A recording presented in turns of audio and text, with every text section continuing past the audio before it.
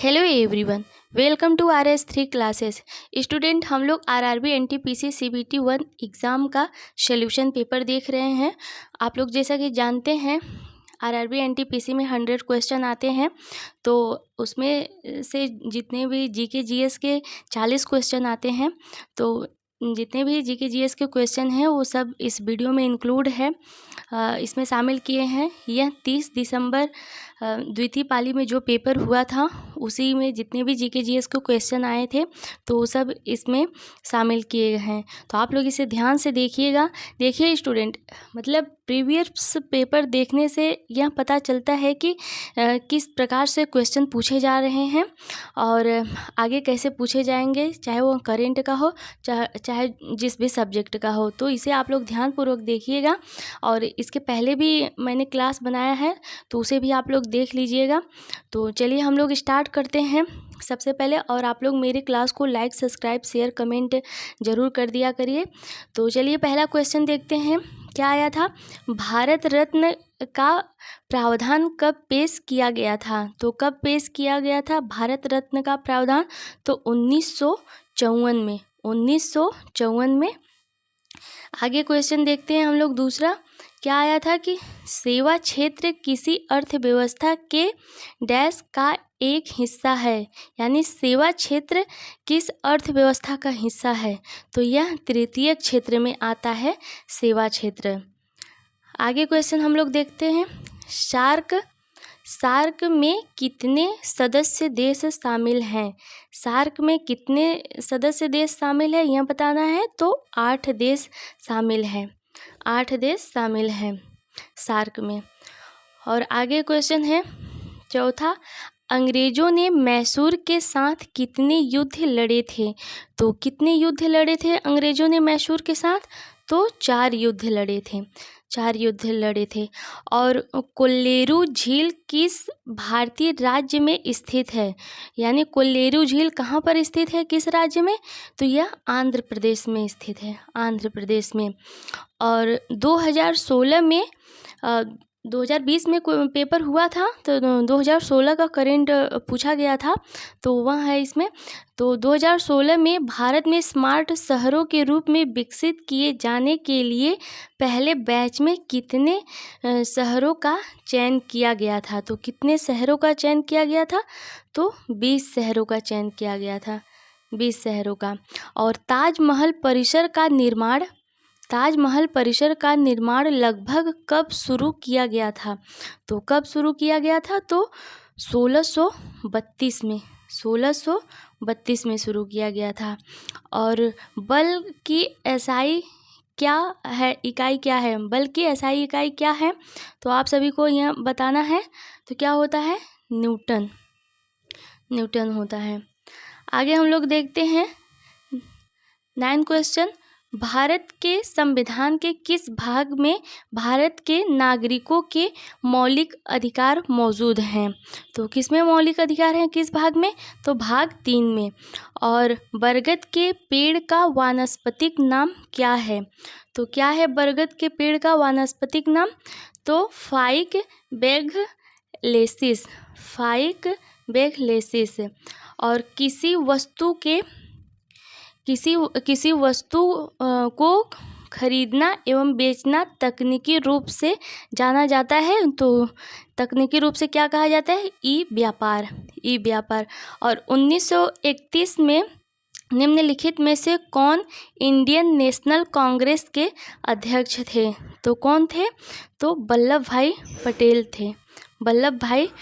थे। और विश्व पर्यावरण दिवस 2019 की विषय वस्तु क्या थी?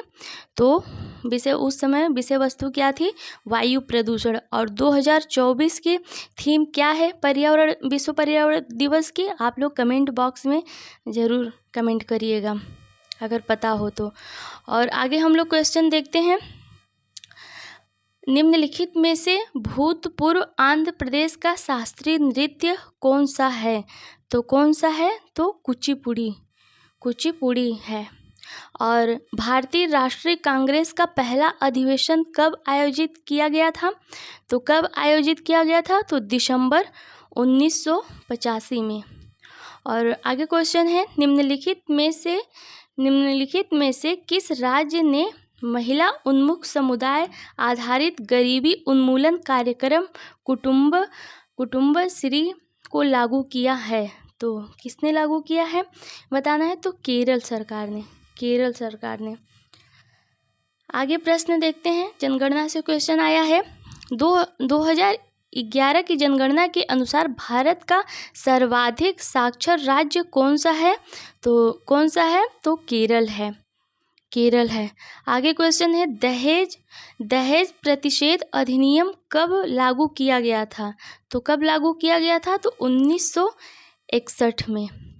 और ISFR रिपोर्ट 2019 के अनुसार भारत का कुल वन क्षेत्र कितना है?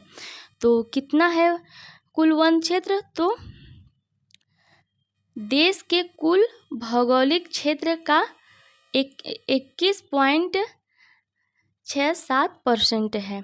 तो इसे आप लोग ध्यान रखिएगा, 21.67% है। और 20वां क्वेश्चन है, भारत का सबसे नया नाभिकीय ऊर्जा संयंत्र कौन सा है? तो कौन सा है? कुडनकुलम है।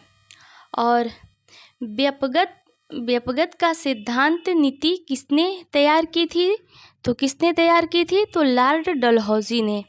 और WHO द्वारा 2019 में किन देशों को मलेरिया मुक्त घोषित किया गया? तो किन देशों को मलेरिया मुक्त घोषित किया गया था? तो अल्जीरिया और अर्जेंटीना को। और लक्षद्वीप समूह और अंडमान निकोबार द्वीप समूह के समुद्र तट सहित भारत के समुद्र तट की लगभग कुल लंबाई कितना है? तो कितना है आप सभी को बताना है। तो 7,517 किमी। 7,517 किमी। और राज्यसभा में कितने सदस्य होते हैं? तो 250 सदस्य होते हैं राज्यसभा में। और 25 क्वेश्चन है, कंप्यूटर फील्ड में OLE का विस्तार क्या है? तो OLE का फुल फॉर्म बताना है। तो क्या है? तो ऑब्जेक्ट लिंकिंग एंड एम्बेडिंग है। और गदर पार्टी के सह संस्थापक कौन थे? तो हरदयाल थे, गदर पार्टी के सह संस्थापक। और फेसबुक के संस्थापक कौन है? तो कौन है बताना है। तो मार्क जुकरबर्ग हैं। आगे हम लोग 28 क्वेश्चन देखते हैं, भारतीय अंतरिक्ष अनुसंधान समिति का गठन कब किया गया था? तो कब किया गया था? तो 1962 में किया गया था। 1962 में किया गया था। और 29 क्वेश्चन है, स्वच्छ भारत मिशन कब शुरू किया गया? तो कब शुरू किया गया? 2 अक्टूबर 2014 को स्वच्छ भारत मिशन की शुरुआत की गई। आगे क्वेश्चन है, स्वर्णिम चतुर्भुज परियोजना का शुभारंभ किसने किया था? तो किसने किया था स्वर्णिम चतुर्भुज परियोजना का शुभारंभ? तो अटल बिहारी वाजपेयी ने किया था। 31 क्वेश्चन है, R.K. नारायण का पहला उपन्यास इनमें से कौन सा है? तो कौन सा है? तो स्वामी एंड फ्रेंड्स, यह R.K. नारायण का पहला उपन्यास है। और आगे 32 क्वेश्चन है, एक विलन चॉक पाउडर के साथ अभिक्रिया करने पर एक गैस का निर्माण करता है जिससे चूने के पानी का रंग दूधिया हो जाता है। उस विलेन में क्या है? तो उस विलेन में क्या है बताना है आपको, आप सभी को। तो CHL है, CHL है। और बेटी बचाओ बेटी पढ़ाओ योजना किस वर्ष शुरू की गई थी? तो यह योजना 2015 में शुरू की गई थी, बेटी बचाओ बेटी पढ़ाओ। और 2020 में संयुक्त राष्ट्र सुरक्षा परिषद में दुनिया के कितने देशों के पास वीटो शक्ति है? तो कितने देशों के पास है? तो 5 देशों के पास था। यह 2020 का करेंट अफेयर्स है। और नोबेल पुरस्कार कितनी श्रेणियों में दिया जाता है? तो नोबेल पुरस्कार 6 श्रेणियों में दिया जाता है। और मीथेन का प्रतीक क्या है? तो मीथेन का प्रतीक बताना है आप सभी को। तो CH4 है, CH4 है। और कोशिका की खोज किसने की थी? तो सभी लोगों को पता ही होगा, तो रॉबर्ट हुक ने किया था कोशिका की खोज। और 2021 में ग्रीष्मकालीन ओलंपिक के खेल कहाँ आयोजित किए जाएंगे, तो कहाँ पर किए जाएंगे, तो यह बताना है आप सभी को। ये 2021 का था, तो इसे आप लोग छोड़िए और आगे हम लोग देखते हैं भारत का पहला उपग्रह आर्यभट्ट अंतरिक्ष यान कब प्रक्षेपित किया गया था। तो कब प्रक्षेपित किया था इसे बताना है आप सभी को, कमेंट बॉक्स में ज़रूर इसको लिखिएगा। और 14 क्वेश्चन है, केल्विन पैमाने पर पानी का हिमांकन क्या होता है।